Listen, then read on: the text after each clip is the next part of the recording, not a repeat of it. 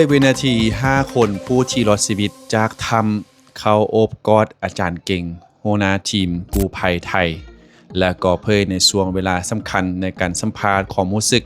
ของบรรดาผู้ที่ติดอยู่ในถ้ำโดยเฉพาะแม่น5คนที่รอดออกมานั้นในเวลาที่อยู่ในถ้ำข้าเจ้ามีความรู้สึกและก็ความคิดจังได้ณตอนนั้นก่อนที่กู้ภัยจะไปช่วยเหลือซึ่งในคลิปนี้นะกุ๊ดก็จะพาทุกคนมาเบิ่งเป็นหนึ่งในภาพแห่งความประทับใจที่ว่า5ผู้ที่รอดชีวิตออกมาจากถ้ำนอกที่รับการช่วยเหลือจากทางกู้ภัยจากประเทศไทยแล้วก็ประเทศลาวนั้นได้มีโอกาสหลังจากที่ว่าได้ไปรักษาตัวอยู่ที่ห้องหมอจนเฮ็ดให้ร่างกายมีความแข็งแรงและก็สุขภาพดีก็ได้กลับมากู้ภัยของทำทีมงานไทยแล้วก็ทีมงานเราอีกครั้งที่ยังคงอยู่สืบต่อภารกิจในการค้นหาผู้ที่รอดชีวิตอีกตึม2 คนที่ยังเหลือ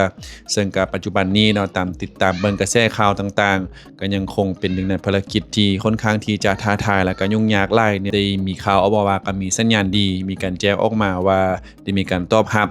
ซึ่งคุณเองก็ข้อโทษข้ออภัยทุกคนเช่นเดียวกันเนาะถึงหลังจากที่ว่าที่ผ่านมาคุณเองก็ได้มีการนำเสนอเป็นเกี่ยวกับข่าวที่บอกว่าได้พบ7 คนแล้วเนาะที่จริงแล้วยังเพียงแต่2 คนเนาะยังบ่พบถือว่าพบแต่5 คนฉะนั้นข่าวนั้นก็ถือว่าเป็นข่าวที่ผิดพลาดเนาะที่คุณเองได้มีการนำเสนอไปก็ต้องข้อโทษข้ออภัยหลายๆเนาะเนื่องจากว่าคุณเองก็ได้รับข่าวสารมาอีกเติมในช่วงตอนท้ายนึงซึ่งไปอยู่ในช่วงสถานการณ์ที่ยังคงแบบเฮิ้นว่าคับค้ายคับขาเนาะก็ที่ว่าบ่ค่อยชัดเจนเนาะฉะนั้นก็ขอออกมาแก้ข่าวว่าณปัจจุบันนี้ก็ยังคงพบเห็นเพียงแต่5 คนอย่าง2 คนเนาะเอาละเดี๋ยวพวกเราจะให้ทุกคนไปเบิ่งในบางช่วงบางตอนที่ว่าบรรดา5 คนผู้ที่รอดชีวิตนี้ได้มีการกลับมาทางอาจารย์เก่งซึ่งเป็นหนึ่งในหัวหน้าทีมกู้ภัยที่ว่าได้มีการระดมหรือว่านำพาทางบรรดาเราอาสาจากทางประเทศไทยนี่ได้เข้ามาช่วยเหลือตนที่ว่าได้ติดในถ้ำนั้นออกมาเดี๋ยวเราไปเบิ่งภาพบรรยากาศพร้อมๆกันแล้วก็ไปเบิ่งไปรับฟังเนาะบทโอลมสนทนาของอาจารย์เก่งกับทั้ง5 คนว่าเขาเจ้ามีการโอลมสนทนากันแบบใดเนาะเดี๋ยวเราไปเบิ่งพร้อมๆกันเลยไปอันนี้ก็เป็นช่วงบรรยากาศที่ว่าทาง 4-5 คนเนาะได้มีการนำเอาของกินอาหารต่างๆเพื่อไปมอบให้กับบรรดากู้ภัยเนาะที่ว่าเพิ่นยังคงสืบต่อเฮ็ดภารกิจนั่นเองนะก็เป็นการสวมกอดที่เต็มไปด้วยความรักแล้วก็ความดีใจปลาปลื้มใจและความศรัทธาต่อกับทางอาจารย์เก่งที่ว่าได้มีการเสียสละและเนาะเนื้อทางแห่งทางกายในการที่ว่าซุ่มสติปัญญาเพื่อช่วยแก้ไขปัญหาแล้วก็ช่วยเหลือจนว่าทั้ง5 คนนี้รอดชีวิตออกมาได้นะมื้อนี้นี่กินต้มไก่มื้อนี้นะเพราะว่ามันเคยกินเดือดแตงแล้วเนาะเห็นว่าก็บางคนก็นำเอาเป็นอาหารแห้งมีต้มไก่มีข้าวเหนียวซึ่งว่าเป็นภาพที่ว่าเฮาได้เบิ่งแล้วก็รู้สึกเห็นถึงความรักมิตรภาพที่ว่าที่คิดว่าน่าจะเป็นสิ่งที่จดจำตลอดชีวิตของ5 คนผู้ที่รอดโดยเฉพาะเป็น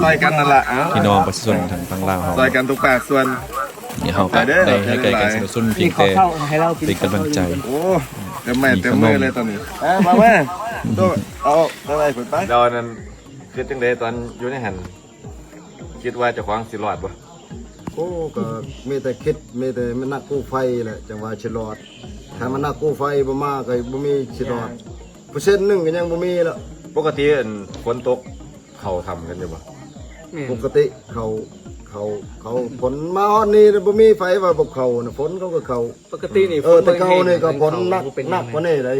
แต่เป็นคิดว่ามันเป็นน้ำหยังขึ้นน้ำมันก็เขาไปอุดก็บ่เข้าใจมันมีบ่ใหญ่มันฮอดฤดูมันบ่มันเต็มแล้วมันจะน้ำมันจะปกติเลยน้ำมันจะไหลบ่ใหญ่หม่องทง3นั่นบ่แถว3แยกบ่แม่น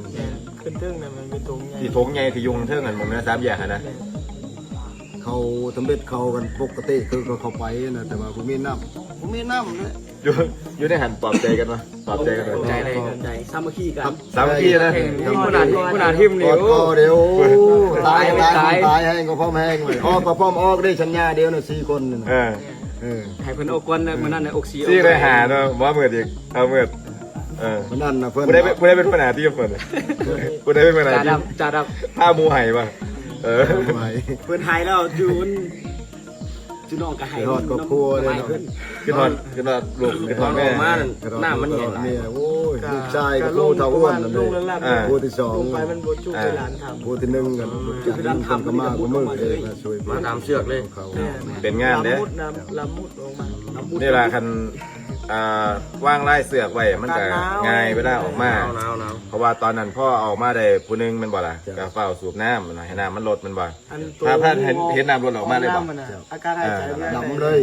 อ่าฮะ ดำออกมาเลย ๆเขาอยู่ไหวแล้ว แทนเวลาที่ยิงเผา แต่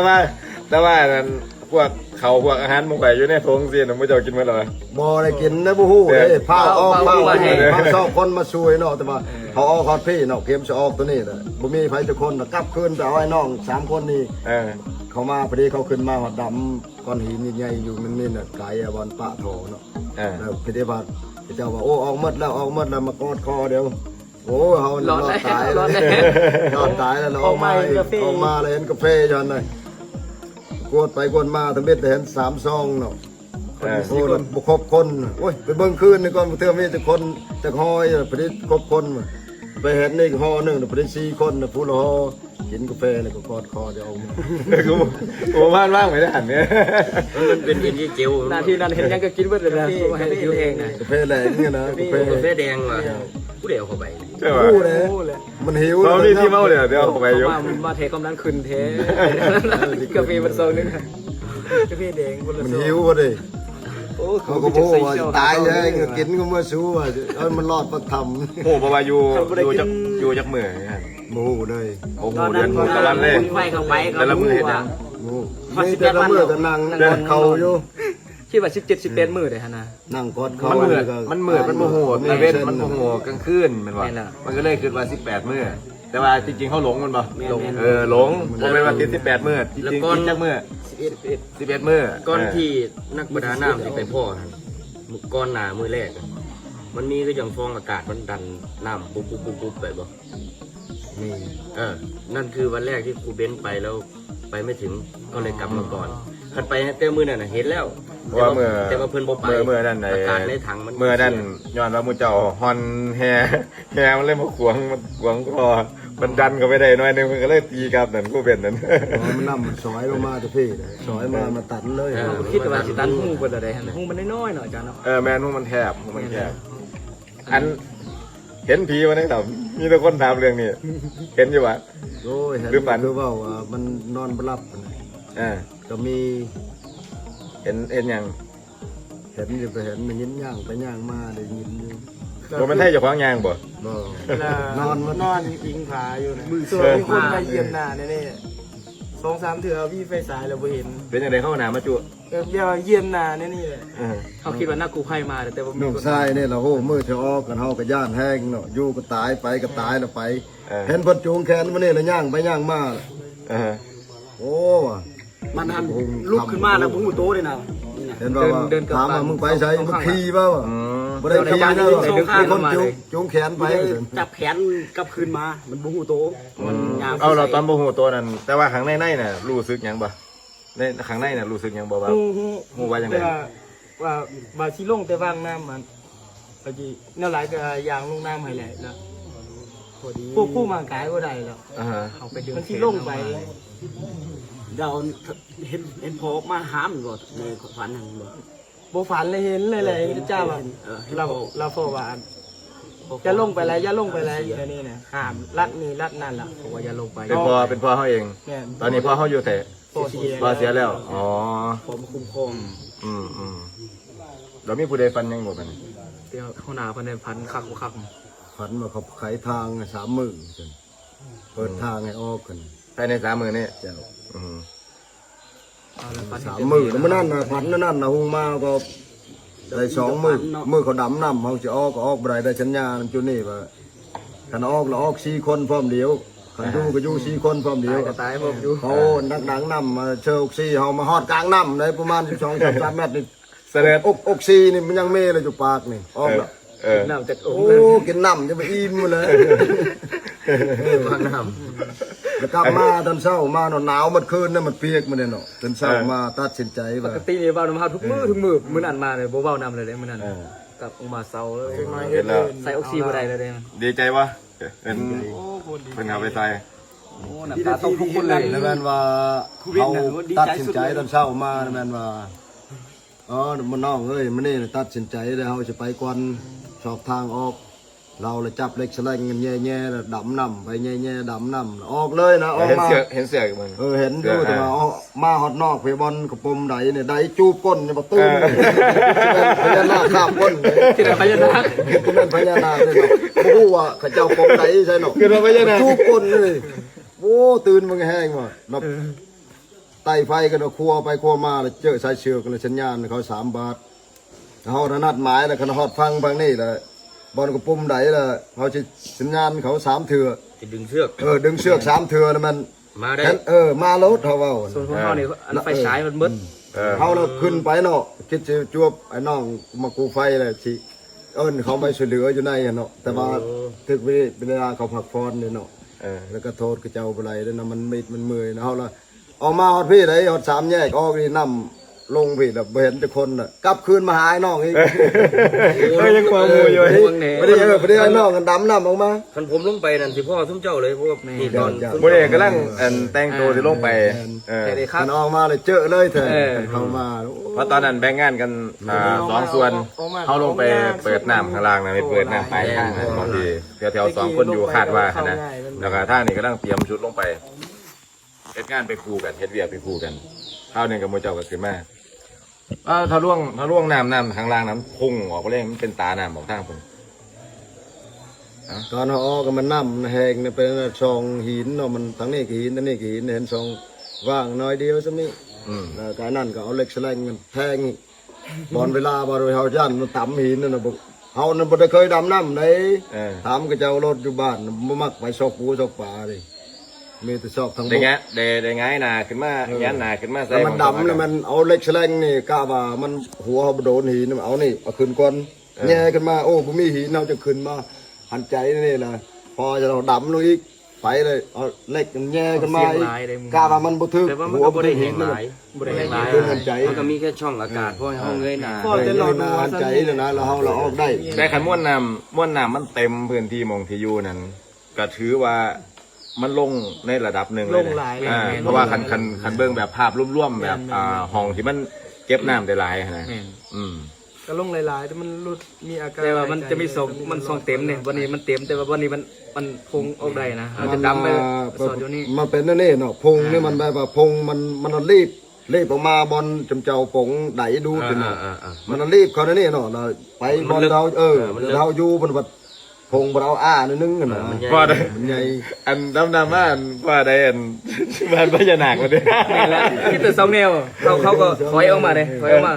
ตอนนั้นอ่ะตอนที่แรกนี่เขาเป็นอยู่แคมเตะน้ำเนาะเห็นยินเสียงนั้นออกซิดังปุ๊บมาเขาถอยมาเลยย่าน เขากับอายมันเลยอยู่2 คน แต่พอเห็นแสงไฟได้ยินแต่เสียง แม่น เขามายามนะว่านักกู เพื่อจะมีคนมาช่วย มันนี่นักกูไฟมามันนี่ว่าผมแม่นพญานาคมันจะมันมีเสียงนี่ไม่ใช่ไฟเนาะมันไฟช่องไฟโอ้คนเนาะเขาว่าบ่แม่นพญานาคหรอก วัดตอน แม่นแสงไฟเนาะแสงไฟอยู่นักเห็นมันไหนมันน่ะมัน โอ้พอจะมา จี้จะดานหินอยู่เทิง เลยบ่คิดเลยกูเป็นถาม โอ้ดีใจกันนะ คนเป็นร้อยเลยชื่อข้างนอกอ่ะมันว่าโอ้ดีใจพวกคุณนี่ดังแล้ว กูเบนกับมิเตมิโกะรับหน้าที่เขาไปดำสำรวจแล้วก็คาดการณ์แล้วทีเขาแผนที่เขียนแผนที่ออกมาเอ้าครูอยู่นี่ละบ่เกินนี่ละว่าซั่นก็เลยตั้งชื่อให้มันเดือน30เพราะว่าประคาดว่าจะไปประมาณ25ถึง30 เมตรเราก็ไปแล้วก็โอ้ยเจอว่ะ ประมาณนั้นประมาณ25หรือ30 เมตร เดี๋ยวกูเบนแล้วก็มาเล่นหลักกับทีมงานกูไพ่ไทยครับเจ้าลงไปแพทข้างล่างพวกเฮานอนเป่าปากทำเดี๋ยวเพิ่นก็มาได้ก็ได้ล่มนะเพิ่นเดี๋ยวบอกนะเพิ่นขอบคุณเพิ่นเหมือนกันนั่นก็เป็นส่วนสำคัญทุกคนสำคัญหมดเด้ทุกคนสำคัญหม พ่อ ด แม่กำเนิดไม่นะนี่เนี่ยไม่ย้อนบ่ได้ อายมันหายใจทั้งมืออยู่ เอามันฮู้ว่าให้กูมูนะ การนี้ก็เฮ็ดศีลเฮ็ดบุญเฮ็ดทานรักษาศีลแล้วก็ฮักแผ่นดินเฮ็ดในสิ่งที่มันถูกต้องเนาะเฮ็ดอย่างให้มันถูกต้องบัดนี้ได้มัน ทางลงไปนี่มันแคบก็อย่าไปยืนเคาะ ลาวเนี่ย เฮ็ดเวียกอื่นเฮ็ดเวียกแนวอื่นนะ จ้าขอบใจหลาย ขอให้ โอ้คันบ่เจอนั่นนี่ก็บ่มีบ่เทียนน่ะการนี่ ให้ชีวิตใหม่นี่ดีขึ้นกว่าเก่า จ้า ดีขึ้นกว่าเก่านี่กว่าเก่าหลายเด้ จ้า ให้พ่อโอกาสดีๆเด้แล้วก็อย่าลืมฮักแล้วก็ห่วงแหนประเทศพัฒนาประเทศเจ้าของพื้นแผ่นดินพระแม่ธรณีเป็นบุญเป็นคุณให้น้ำให้เขากับพวกเขาเอาดูแลเจ้าของแล้วก็เบิ่งแย่งคนในครอบครัวฮักสามัคคีกันไว้ให้รู้ว่าศาสตร์หนึ่งเคยใส่ศาสตร์ร่วมกันแล้วนะครับผ่านความเป็นความตายร่วมกันแล้วแล้วก็ไปศึกษาวิธีการขึ้นของพญานาคใหม่ได้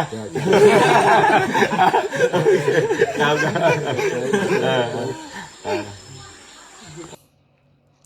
และนี่ก็ถือว่าเป็นบทสัมภาษณ์ทั้งหมดเนาะของทางอาจารย์เก่งได้มีการสัมภาษณ์เนาะเป็นนักการได้ทุกคนเนาะฉะนั้นก็ฝากเป็นกำลังใจให้กับทีมกู้ภัยเมื่อทุกคนกันแล้วกันเนาะขอให้เพิ่นปฏิบัติหน้าที่ในงานนี้ไปจนสำเร็จจนพบอีกทีม2คนกันแล้วกันเนาะสำหรับคลิปนี้ก็ฝากเป็นกำลังใจและขอฝากทุกคนคอมเมนต์เข้ามาเป็นกำลังใจทีมงานกู้ภัยเมื่อทุกคนสำหรับคลิปนี้ขอลาไปก่อนเนาะสบายดีสวัสดีครับ